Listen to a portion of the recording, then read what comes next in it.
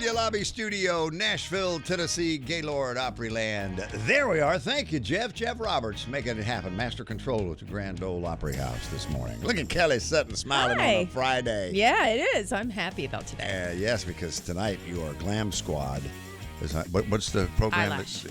You're in charge of eyelashes? Yes. You want to practice on me and Charlie for television? Not really, no. Okay. But, maybe later. You don't want this. If I'm coming at you with a pair of eyelashes with glue on them and I'm sticking them to your eye, you're not going to like that. All right. What is the worst thing a woman has to do daily as far as hair and makeup? Is it eyelashes?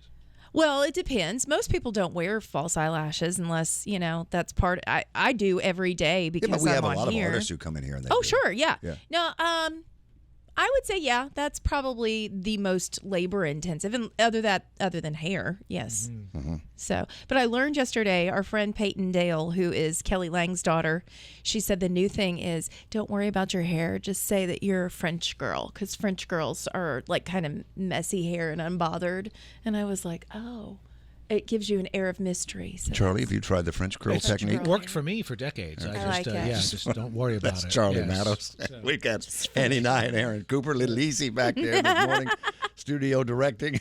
And Little Easy sounds like it's a rap name. Yes. It does, doesn't it? Yes. But when you say her name, Aaron Cooper, E.C., it comes out Little Easy. Right. Little Easy over there. And my wife met her at my 30th anniversary last Thursday at Opry Country Classics for the first time and goes, she is looks, sounds, everything about her is what I saw without having ever seen her. You're always wrong when you That's so hear somebody's funny. voice and connect a look without seeing them first or knowing them first. That's But very she said, funny. yeah, absolutely spot on.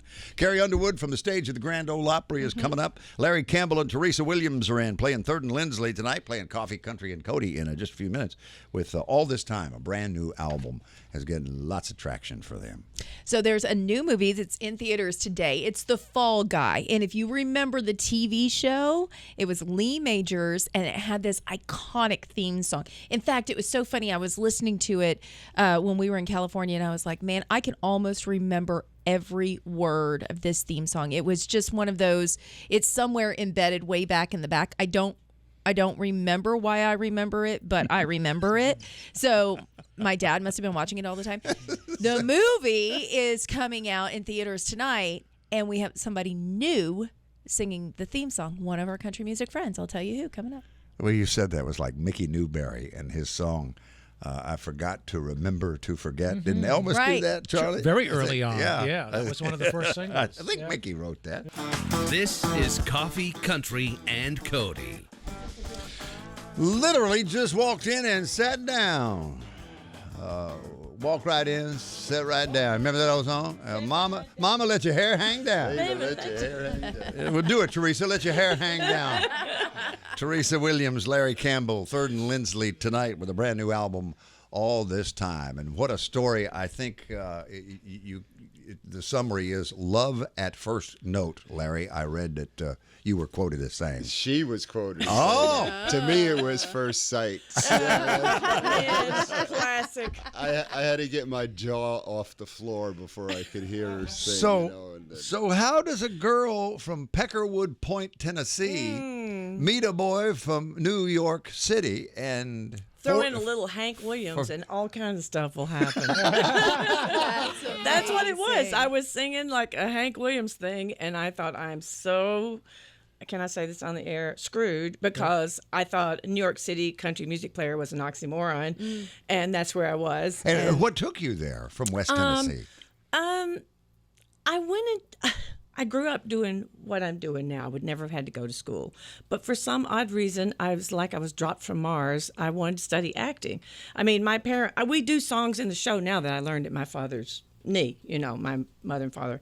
But I just wanted to study acting. So I went to Knoxville and got a theater degree. And they said, well, you have to go to New York. So I went to New York. But I always had, I had one foot in the music and one foot in it was straight up classical acting, So I thought I would go to New York and do Shakespeare, and I ended up doing Hank Williams and met Larry. There's a lot more money for singers than there are for Shakespearean actors in New York City. Was there just something about a girl who sang Hank Williams songs that you just... Yeah, well, at that time, I grew up in New York City. I got into music. It was really, of course, the Beatles that, of that generation. That Ed Sullivan Show was the Big Bang, but down the road, in the late '60s, early '70s, I was just enamored with the music that was coming out of the South, the blues, the bluegrass, the country music, the gospel music, all that stuff. It was just pulling me in, and so I got deep into that. I ended up living in Jackson, Mississippi for a couple of years, and I was in California. And Wait a blah, blah, minute, blah. New York City to Jackson, Mississippi. Yeah, man. Yeah. Now, let me just throw in. Talk about your culture shock. Let me throw in.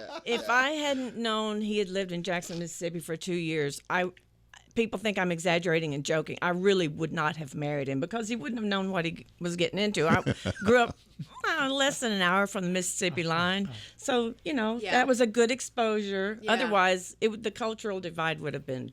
It is anyway, but it would have been too extreme for him to hit Peckerwood Point. It would be like my cousin Vinny, I was so into this music, but I knew inside that in order to present it with any sort of authenticity, I had to understand the culture where it came from more than I did growing up in New York City. So that, I went back to New York in 1978, and that was the beginning of this era of urban cowboy in New York City, where country music was fashion, for example, they had a club called Denim and Diamonds, yeah, right there in the middle of Midtown. And it was ubiquitous in New York, and there was all kinds of work as a country musician for recording, performing. Clubs all over the place, and the flashpoint was Urban Cowboy. Yeah, that was it because that movie was so huge and it made such an impression. That was the next wave of country music popularity in New York at that. Did Denim and Diamonds have a mechanical bull? Oh, yeah. Yes. Sure. Oh yeah. They were, Yeah. The Wall Street people were walking down the street in cowboy boots and hats. right. Did you last 8 seconds is the question. Yeah. Were you on it? Say it again. Did you ever get on the bull? No, I didn't get on the I'd like bull. to But see I that. ended up on the stage because John Conley was there, and they would always bring some. I mean, that's the only time I ever went there was because John Conley was there. I wasn't going to miss that in Manhattan. Yeah. So they were doing a thing where they would call somebody up from the audience and sing Rose-Colored Glasses with him, which, Yeah. And so I'm out there singing every word of every song with them, just like probably making a spectacle of myself back in the house. But they spotted me and pulled me up. It was like, oh, yeah. It was And cool. did you bring down the house? And did he talk I think to he you? was taken aback that I actually knew how to sing. That's awesome. And we've had an occasion at the Grand Ole Opry where Terry Clark would do her John Conley imitation with rose-colored glasses, and then Craig Morgan separately would do his John Conley imitation with rose-colored glasses. And then one night they were all three there together, and perfect. John knew that they did him and brought them out, and they did a trio version of John Conley doing rose-colored glasses. And I once had John Conley, Earl Thomas Conley, and Con Hunley on the show from the Ryman Auditorium because they were all having hits at the same time. Wow. And we're always confused with each other out on the road. So Yes. Con finally said, you know what? I'm just going to learn their catalog, and when somebody I've heard shouts people out, say that. I said, I'll just go into rose-colored glasses. Yeah, Nobody had a clue. Yes. Crazy. But that's such a wonderful connection, the New York connection to Urban Cowboy, and just how extraordinary that was. It was a great time, but the problem was because it was so fashionable. There were so many people there who played guitar that decided they're country singers. Oh, it's that old thing too, where that's easy. I can do that. Right, but they don't know that you're inside. And I it. was, I would get these calls to come and record with or back up these people, and most of the time it wasn't the real thing. I get a call from a mutual friend of ours that this woman is doing this thing at the Bottom Line, and would you come and play? And I'm thinking, here we go again. Yeah, okay, all right, fine. So I show up at the rehearsal, and as I said before, I saw her, and she was clock-stopping gorgeous, and I heard him before I saw and him. then I heard her sing, and this was the real thing. It was the real thing. And that's what I was thinking when he was playing that pedal steel. It's like, whoever you are, you're saving my life. Thank you. I love you, whoever you are. And he was really inside the Hank. Because that thing of thinking, oh, country's easy. I can go do that, and I'll have a big career because, that's easy stuff. But you have to, deceptively simple I because you read, have to though- be inside to actually I read where he true appreciation. he courted you with a Louvin Brothers It's mixtape. true. It's so true. And he's he's pretty smart. Pretty smart. Because that worked. Yeah, I want her to show her that this guy from New York knew who the Louvin brothers were. And one of the first songs we recorded and sang was You're Running Wild. Yeah. Well, nothing says romance like Satan is real. I mean, That's right. so. Or his album, Charlie in his later life recorded murder songs and disaster ballads. Yeah, that's right.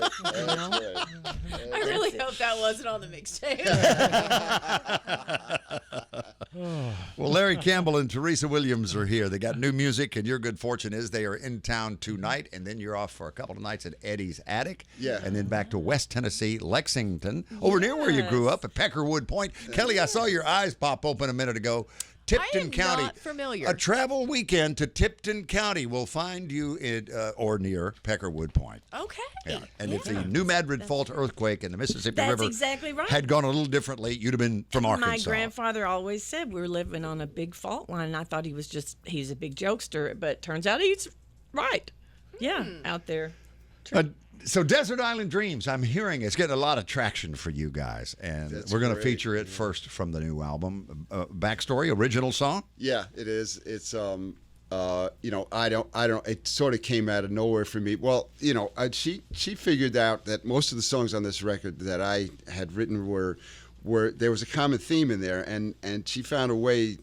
And probably true, a connection to my COVID experience, because it was. I mean, to me, they were just songs as they were coming out. I wasn't setting out to make any connection between these songs. But Desert Island Dreams, while I was sick, and it was really bad, and through that whole era for everybody, the human connection thing was so. We had lost that, and Well, and for us, we lost Joe Diffie and John Prine right at the beginning. That's right. In the first month or so. And John and Fiona were the first people to contact me when I got sick and tell me they were thinking about me and hoping, wishing the best. 2 weeks later, he was gone, and that was heartbreaking. Oh, wow. And we'd done a couple of shows with John, Yeah. not that long before that, probably. Yeah. And that was that one, and I heard about it while I'm in this fevered condition of COVID, and it just really knocked me down. But Desert Island Dreams came out of this urge to we got a lot of downtime during COVID, and I was starting to see that you put your phone down, you put the computer away, you just start concentrating on the things that where you can turn off the rest of the world and the things that be with the people you love and spend time together and get that human connection back. So I get a good joke on the stage right now by going, Larry's written himself into a hole because I'm going, oh yeah, Larry, put down this smartphone. Let's go to a desert island. I'm like, any day now. It's the first thing you hear on the brand new album from Larry Campbell and Teresa Williams, All This Time. Which is more fun, the music or the conversation with these two? So happy to have Larry Campbell and Teresa Williams in studio, 3rd and Lindsley tonight. And by the way, Kelly, I what a geography geek I am. I have found on Amazon 2023 Christmas ornaments with Peckerwood Point, Tennessee, holiday, Christmas, and family, friends, funny gift Christmas. And there's a little Christmas ornament with a pickup truck, a Christmas tree. Merry Christmas from Peckerwood Point, Tennessee. Teresa, those are homemade by Teresa. That's what they do in their spare time. They had a lot of time. Larry got sick. Teresa made these ornaments. She painted each one by hand. Okay, can I lead you in a direction for a second that I know almost everyone leads you in this direction? Oh, is this where you're going to pick his brain? But I have to add, I have to add. So the first 2 times I ever saw Bob Dylan were the Time Out of Mind tour and then the Love and Theft tour. And you were such an integral part of that band. I've never seen anyone so brilliant and yet still, to me, such an enigma. What was 7 years like with Bob Dylan? It was brilliant in a very enigmatic way. And what a band, right? Charlie Sexton would have been with you, Tony Gagne. I mean, that was a great band. Oh, right? it was when that band was clicking on all cylinders. I was in heaven. You know, it was great. And Is he a taskmaster? Well, that I don't know that's the proper terminology. He's always searching. Mm-hmm. He's always searching, and you're trying to find what he's looking for, you know, and his degree of satisfaction with that tends to vary,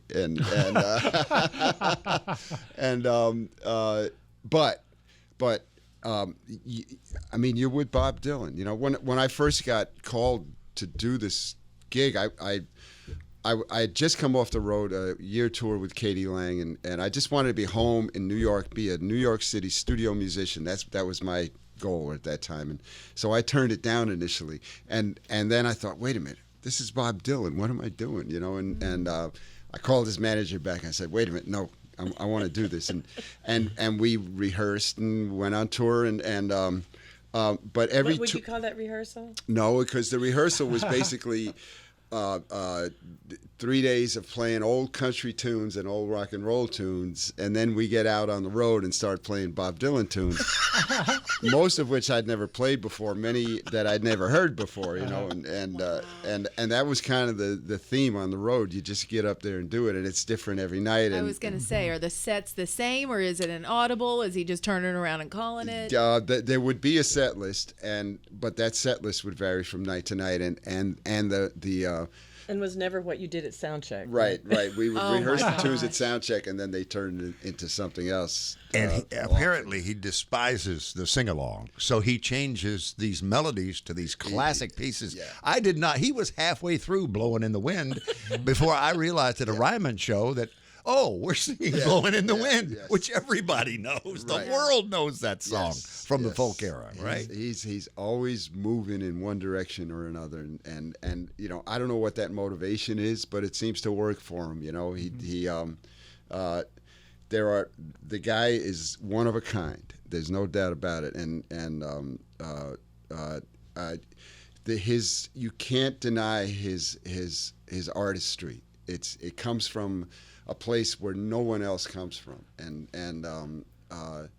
you know, that's going to have, it's a roller coaster ride. It's going to have its fabulous moments. It's going to have its dark moments too. Was 7 years enough? Yeah. Okay. Yeah. Well, and I realized, you know, I was getting, if you're in Bob Dylan's band, your job is to help him present his songs the way he wants them presented, and that's the way it should be.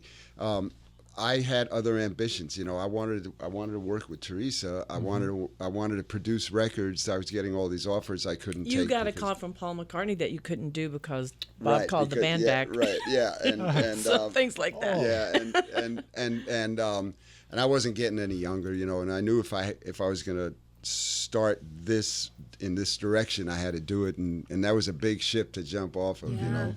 But it worked out well, because 2 weeks after that, I get a call from Lee Von Helm, and he said, I heard you left Bob. Come on up here and let's make some music. And That's where I was going next. It's like you're reading my mind. Yes, sir. So some Yeah. insight into Lee Von Helm and the band, and you make your home in Woodstock? we have a house there. Yes, Oh, we okay. do, yeah, Okay. between there and New York City. you When know. we're not on the road, I'm in Pepperwood Point. Yeah, right. Yeah, she's, Family. yeah. Making ornaments. Yeah, that's right, yeah, I promise you, you type it in on Amazon, you can get a 4-pack. Oh, nice. I did not make them. Thanks to whoever did. I got to see this. Yeah. So, Yeah, working so, with Levon. Yeah, wow. Just so early on, he was just coming out of throat cancer. The doctor said he'd never talk again, let alone sing. His voice was coming back. He was about to lose his house. He was about to go broke. He started having these rent parties up there in Woodstock, and raising money. It turned into this thing, regular Saturday night, the Midnight Ramble up there, which In the barn, right? In the barn, yeah. Which just caught fire, and not the barn, but the Ramble. But it had caught fire twice before, yeah, that's too. true. Yeah. Yeah. And early on, Seriously. after I'd been up there a few times, Teresa got involved through Amy, through Levon's daughter, and all of a sudden there's this family thing going on up in this barn for us, where we're sitting around with Levon, just playing songs, having a great time doing it. And Justin Gwip, the engineer up there, ran the tape, and it turned into a record called "The Dirt Farmer," which we did just for the joy of doing it. There was no label, there was no agenda, there was no budget. That must have been wonderful. Yeah, and then we got a deal, and the record came out and ended up winning a Grammy, and it was just off to the races from So there. did Ramble at the Ryman, And so did- Electric Dirt. Yeah, and Not for nothing, Levon is his grandparents, I think. It might have been great-grandparents. I think grandparents. There's one set that were from about 40 minutes from Peckerwood Point, just south of it. And then they all moved to Arkansas. Just saying. Just want to point that out. That's good. There's a reason we got along. He sounded like he was straight out of the cotton patch the day he... Oh, he you know. did, didn't he? Yes, he did. He had it there. Mr. Authenticity, that one. Absolutely. Well, the first couple of Americana. I like that. They have been dubbed Larry Campbell, Teresa Williams, and for good reason. Did we decide what we're closing with, Charlie? We off are the closing with "Ride with Me." album? All right. Thanks for riding with us for the last few minutes, guys. Great to see you. Thank you a so great much. privilege to be here, Cody. Really, all y'all. It's just thanks so much for having us. You know, this is my wait, old wait, wait. stomping grounds. I was at Opryland between school terms one year. Were you really? Yes, I was. I Oh. knew how to get in here. What were you doing? I was I was singing and dancing my way into the hearts of Middle America. Amen. I Country was Music doing USA? the showboat, Oh, and then you the were on the next year showboat. they offered me the swing for the country show. Yeah. because let's get real. Yeah. And I had to finish graduate school, so I didn't get to do it. But it was one of the most professional places I ever worked in my life. That's it was amazing. no, it was good. And Porter Wagner took over our stage one time, and that was like, for me, that was like, oh my good. His whole show came and took over the stage. Royalty, right? Yeah. Yeah, I oh know- yeah. I I know grew up exactly. watching that show. Yeah. you know. Yeah, Billy Bob Thornton famously told Marty Stewart when he asked him if he knew, because he wanted him to work on that last album, Wagon Master. He said, "You know who Porter Wagner is?" He said, "Do I know?" We used to cry when he signed off. Oh, yeah. I was just conjuring up memories from Teresa Williams with Larry Campbell and Teresa Williams in the studio. Her talking about a summer spent working at Opryland. Because earlier this morning I came across this. 1986, May 3rd. The Silver Dollar City, Tennessee amusement park in Pigeon Forge is reopened as... Dollywood. Yeah. How about that? Oh, Ellen Liston was just in with us this Yep. week. Flower Festival, Flower and Food Festival. Heading there Memorial Day weekend. Yes, you are. Looking forward to that. It says that Dolly takes ownership and the park grows considerably. Nice. That's an understatement. Isn't Yeah, my gosh. It's huge. I love Dollywood. it? It is. Absolutely. Well, will you tell me about Opryland and Oh, there's yeah, there's a guy. So for people that miss Opryland, the theme park, there is a guy that is building a virtual reality Opryland, from the opening gates to the Grizzly River Rampage to the Cannonball, all of it. He has gone in and is I think he was doing a GoFundMe where people were sending him money, and he is building it. I don't know if it's finished yet or not, but if you have a VR headset, he was working on getting it. So, and it was like a point of view where you're riding the rides. Really? Like whole thing. Yeah. Well, you know, Isn't that cool? You know that big rock as you take the access road around Sure. Opry Yes. Mills? Yeah, There's yeah, one yeah. that you're driving along. There's this big, huge rock. That's Yeah. the Grizzly River Rampage. Yeah. That's where it was. That's right the there. only remnant Yeah. of the whole park, That's right? the whole thing. Yeah. Yeah. All right. Well, since we're going back in a time machine, let's talk about a hit TV show that was a part of my childhood that I'd completely forgotten about. Sing about it, Kaylee. So this Sing it was- out. Sing it out, girl. I just She was belting it in the studio earlier. I don't. This, you know, those songs that you're like, how do I know the lyrics to this song? I don't know, but you do. How? And I was that way with the Bee Gees because my mom would play the Bee Gees incessantly. Like I was probably 4 years old, 3 years old, and she was playing, Saturday Night Fever soundtrack and Grease and everything. And so those things are just embedded somewhere way, way in the way back. And that's, I think, what happened with this, because this show was on the air from 1981 to 1986. It was The Fall Guy, and it was all about a stuntman. Lee Majors was the lead, and he also sang this iconic theme song. Well, the movie comes out today in theaters. It stars Ryan Gosling and Emily Blunt, which, if you remember, last summer they were both in the biggest blockbusters. He was in Barbie, she was in Oppenheimer. So now they're together in this movie, The Fall Guy. And I did promos for this at Stagecoach over and over. Universal Pictures, The Fall Guy. It's coming out May the 3rd. It features a world record Guinness setting 8.5 barrel rolls in a car and blah, blah, blah. So I had to learn all this stuff about it. What I didn't know was Blake Shelton is singing the theme song. Does everyone else remember this song? Do or is you it remember just his me? name? The Unknown Stuntman? No, the actual Fall Guy. No. The Colt Seavers.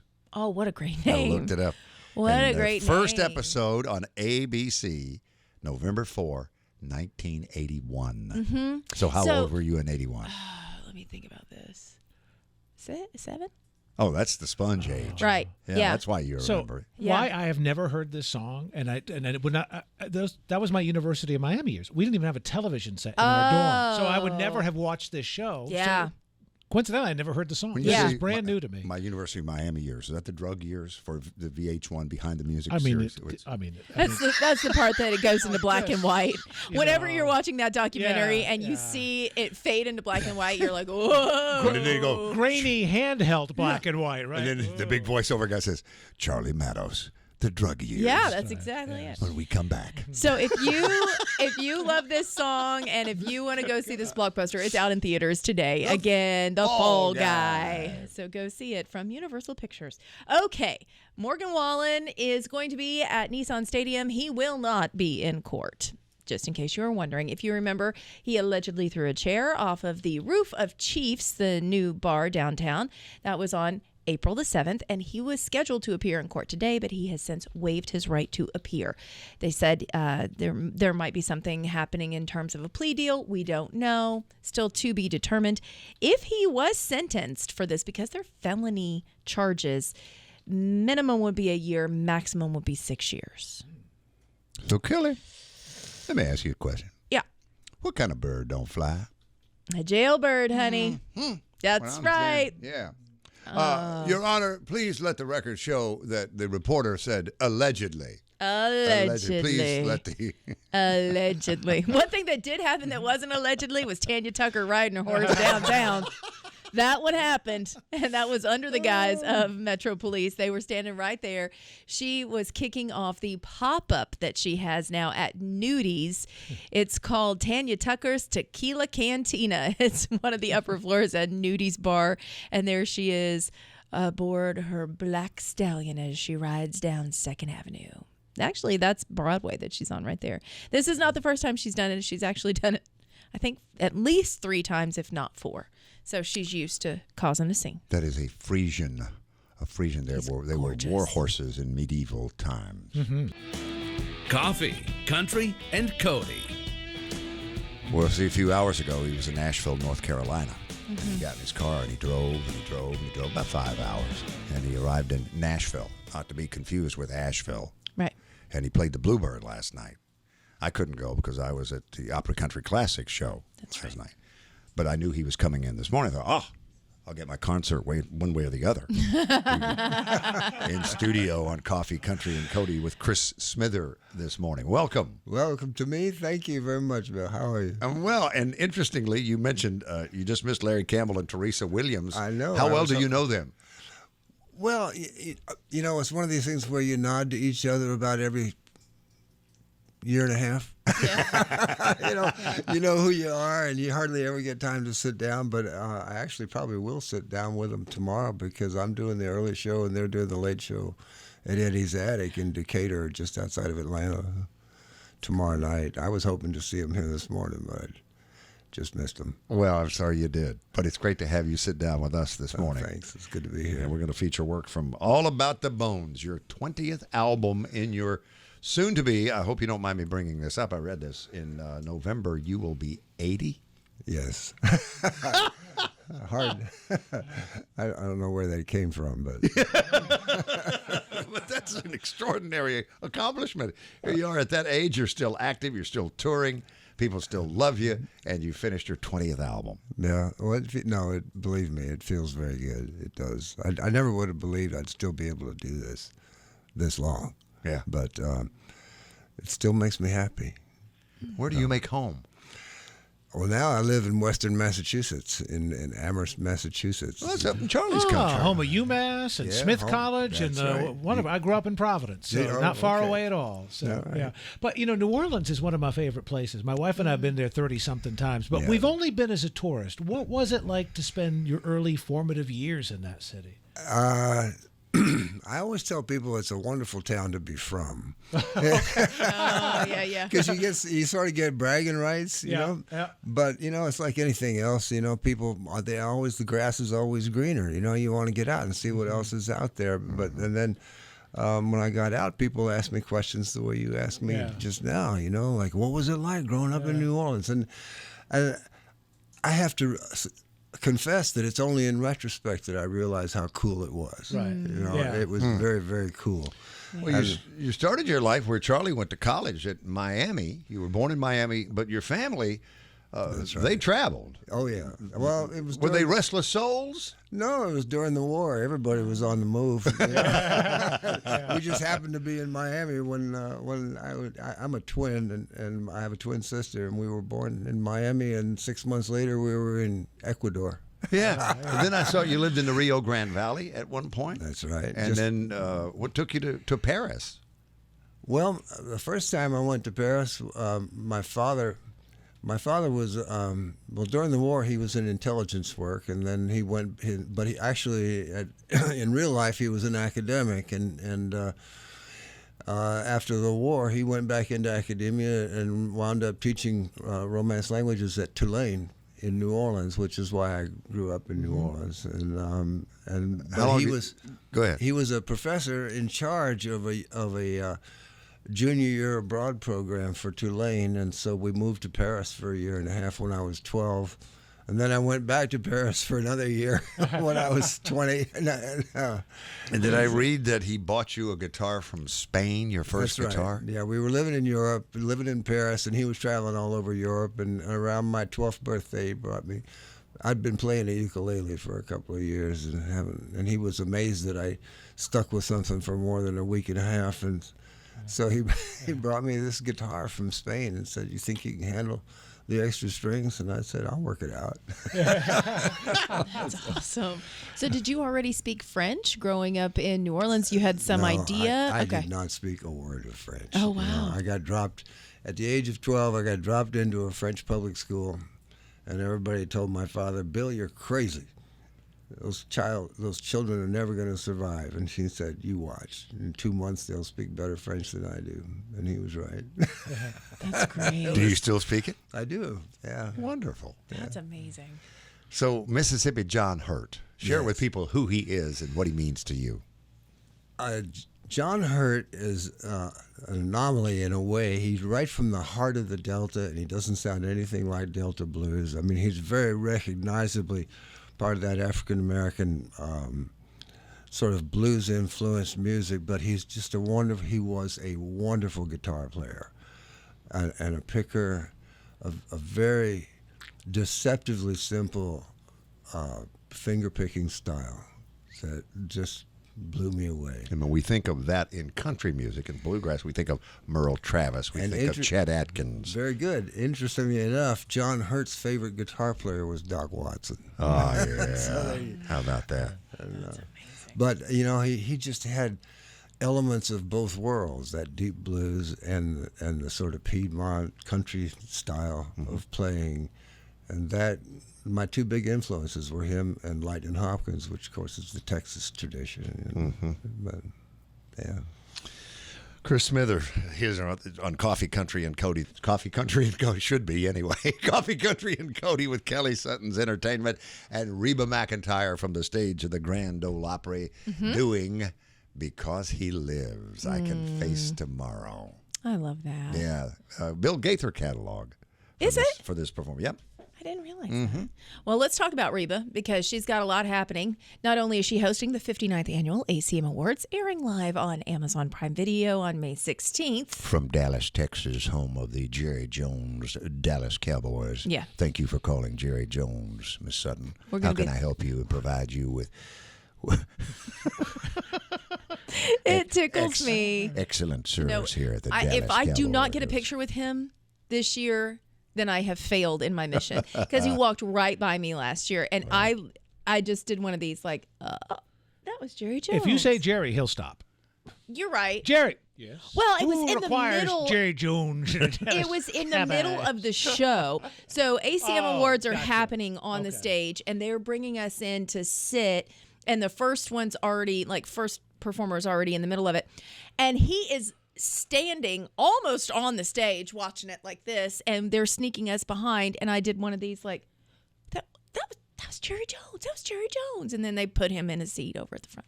This year, I had no idea I would be named the Entertainer of the Year at That's this right. year's awards. I happily accept. Jerry Jones of the Dallas Cowboys. Well, Reba is going to be hosting ACMs, but she also has new music coming, and we're talking more than just a single. This is pretty exciting. She has a new album and single that will be coming out very soon. So if you're keeping track at home, she is currently still on The Voice. That's one. Yep, she's going to be doing the ACM Awards, hosting it for the 17th time. That's two. This will be her 11th time doing it solo, by the way. Okay. So it's impressive. She has an album coming out. That's three. She has, the single is part of the album, but we'll count it separately. Okay. She just shot a new pilot for a TV show along with her friend Melissa Peterman. That's four. Yes, and it's called Happy's Place, and I have some of the inside scoop on that, but you have to stay tuned next week for our podcast because I can't give it away. The Jamaicans thing, you remember from In Living Color? How many job you got? How many job you got, man? No, that's right. Reba got at least four. At least four. So she's keeping it going. Yeah. So here's the cool thing. She was on Jennifer Hudson's show this week, and she said, hey, I heard you've got some new stuff coming. Can we play it? And they did, and we recorded it. So take a listen. This is the new song from Reba.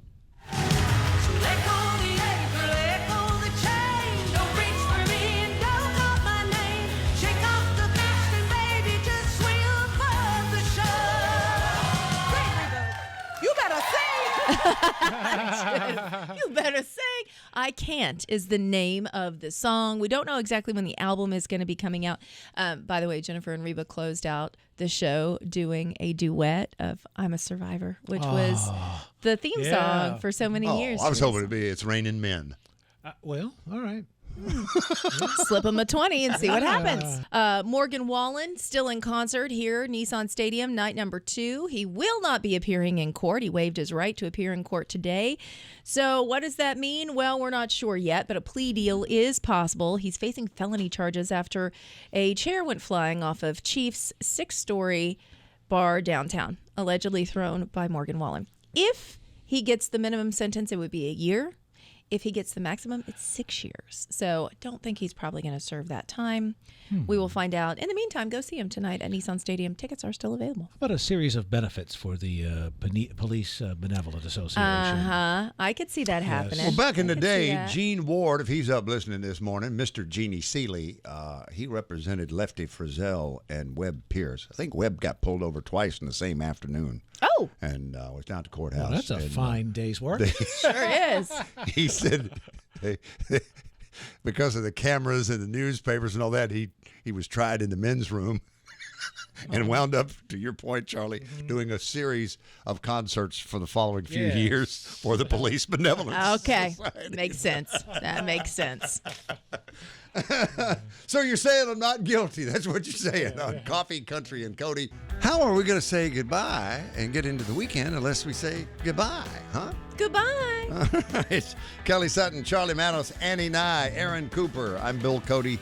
30th anniversary for me last week was celebrated. 1994. It was the 29th ACM Awards. my 30th year. This is 30 years ago. It was my first few days in town. Your winners, Pioneer Award, Charlie Pride. Top female vocalist 30 years ago was Winona. Top male vocalist was Vince Gill. Entertainer of the year, Charlie Daniels. Garth Brooks. Who, when he grows up, would love to be Charlie Daniels. I Yeah, just he know would. that. Yeah, he would. And we will see you on Monday's Coffee, Country, and Cody. Charlie, tell them where you'll be in a few hours. Inducting T. Graham Brown into the Grand Ole Opry. Well, Vince Gill's going to do that, but I'll be there. Hi. See you Monday.